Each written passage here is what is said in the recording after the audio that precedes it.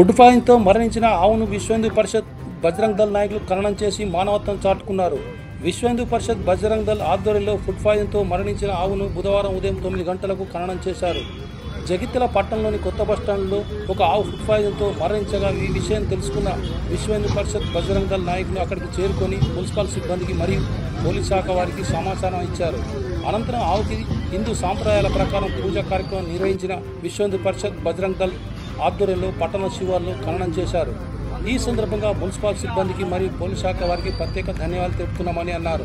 అదేవిధంగా పట్టణంలో ఉన్నటువంటి ఆవుల యజమానులు దయచేసి ఆవులను రోడ్లపై విడిచిపెట్టకుండా ఇంటి వద్దనే పెంచుకోవాల్సిందిగా కోరారు. రోడ్డుపై ఆవులను విడిచిపెట్టడం వలన అనేక ప్రమాదాలు జరుగుతున్నాయని, అదేవిధంగా ఆవులు రోడ్డు ప్రమాదాలకు గురై మరణించడం జరుగుతున్నాయని, కావున దయచేసి యజమానులు ఆవులను రోడ్లపైన విడిచిపెట్టకండి విశ్వ హిందూ పరిషత్ బజరంగ్ దళ నాయకులు కోరారు. ఈ కార్యక్రమంలో విశ్వ హిందూ పరిషత్ నాయకులు, బజరంగ్ దళ నాయకులు తదితరులు పాల్గొన్నారు.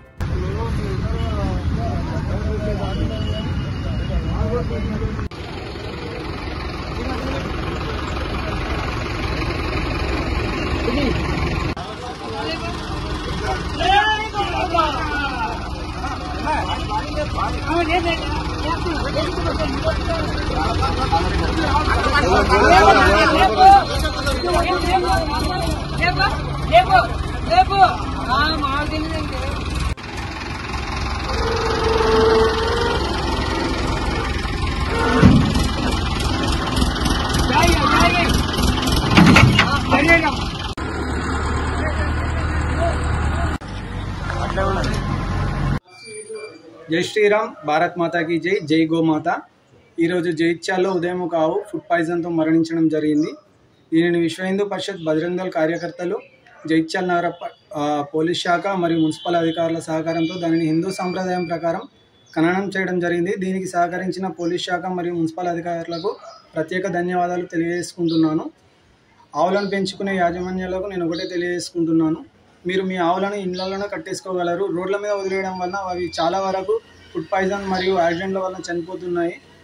మన హిందూ సంప్రదాయంలో గోమాతకు ప్రత్యేకమైన పాత్ర ఉంది. మీరు ఆవులను మనం దైవంగా భావిస్తాము. మీరు దయచేసి మీ ఆవులను మీ ఇళ్లలోనే కట్టేసుకోగలరు.